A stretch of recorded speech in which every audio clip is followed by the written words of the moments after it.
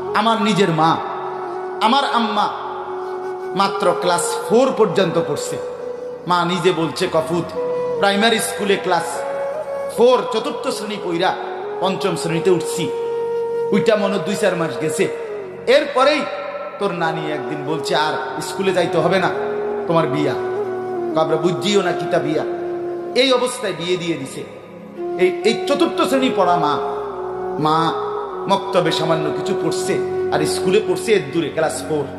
খোদার কসম আমি মারে আজীবন দেখছি।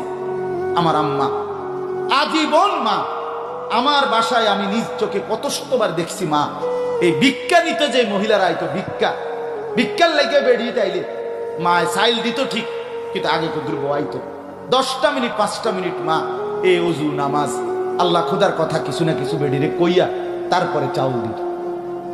আমি সারা জীবন দেখছি মা, সারা জীবন দেখছি আম্মাকে।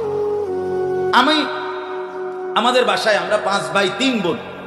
আমরা যে কয়টা রুমে থাকতাম মা, আমি অনেক বলছি এই কথা ওয়াজে, একটা স্কুলের ঘন্টা যেটা দিয়ে আপনি বেল ফিডে, ওই যে স্কুলে বেল ফিডে না আমাদের এরকম কাঁসার একটা যে ঘন্টা আছে না টুং টুং করে যেটা দিয়ে, এই মা একটা আমাদের বাসায় আনছিল অনেক আগে।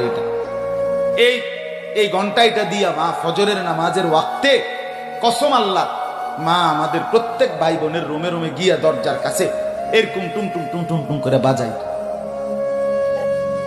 যতক্ষণ না উঠতাম ততক্ষণ মা এটা বাজানো বন্ধ করতো না।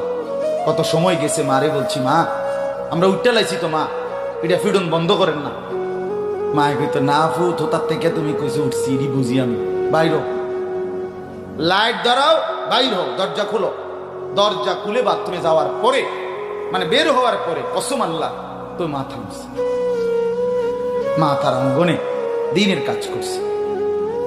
আমার ভাই বড় ভাই একবার বন্ধুদের সাথে দুষ্টমি করে 1.5 মাস ঘরের বাইরে ছিল।